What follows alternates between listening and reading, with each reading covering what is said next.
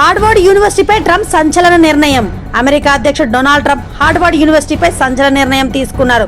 Harvard లో విదేశీ విద్యార్థుల ప్రవేశాన్ని నిషేధిస్తూ ఆయన ఓ కార్యనిర్వాహక ఉత్తర్వుపై బుధవారం సంతకం చేశారు. వైట్ హౌస్ సమాచారం ప్రకారం ఈ నిషేధానికి ప్రధాన కారణం జాతీయ భద్రతని వెల్లడించింది. ఇప్పటికే హార్వర్డ్ లో ఉన్న అంతర్జాతీయ విద్యార్థుల వీసాల రద్దు ప్రక్రియను ప్రారంభించేందుకు అధికారాన్ని విదేశాంగ మంత్రి మార్కో రూబియోకు అప్పగించారు. ఈ నిర్ణయం విద్యా దౌత్య రంగాల్లో తీవ్ర ఆందోళన రేకెత్తించింది. అమెరికా ఉన్నత విద్యా విధానంలో ఇది ఒక పెద్ద మార్పుగా పేర్కొంటున్నారు. హార్వర్డ్ ఇంకా అధికారికంగా స్పందించలేదు. ఇటీవల క్యాంపస్ లో యూదు వ్యతిరేకత, పౌర హక్కుల ఉల్లంఘనల ఆరోపణల నేపథ్యంలో హార్వర్డ్ వంటి విశ్వవిద్యాలయాలపై ఫెడరల్ స్థాయిలో చర్యలు తీసుకునేందుకు ప్రయత్నాలు కొనసాగుతున్నాయి. ఇప్పటికే హోంల్యాండ్ సెక్యూరిటీ తీసుకున్న కొన్ని చర్యలను ఫెడరల్ న్యాయస్థానం నిలిపివేసింది.